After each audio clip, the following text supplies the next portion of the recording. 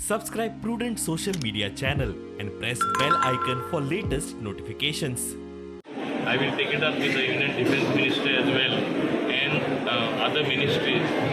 Advertisement baile newspaperanche chod yeta. That means they want people from other places to apply. It is a big racket, I may say so, in Goa Shipyard. They don't employ local people.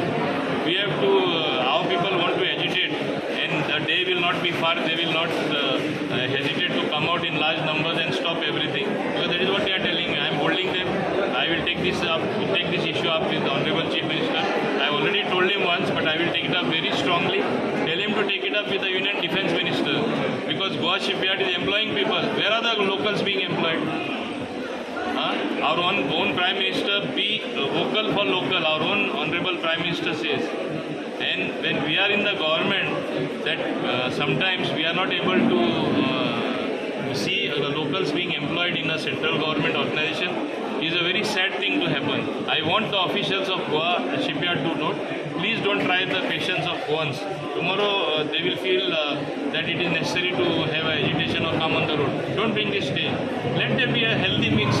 If you have highly qualified or technical people coming from outside, we have nothing to say. Routine jobs, I can show you some people who have been employed, don't know to even speak English or word of the procedural things to be done, but suddenly they find employment and afterwards they are trained in Goa Shipyard. This has happened before also. I have been constantly raising this issue. I am flagging this issue because I am very happy as a minister of this government that Goa Shipyard Ltd is not employing Goans. I am making an open statement and I will take it up very strongly. Thank you.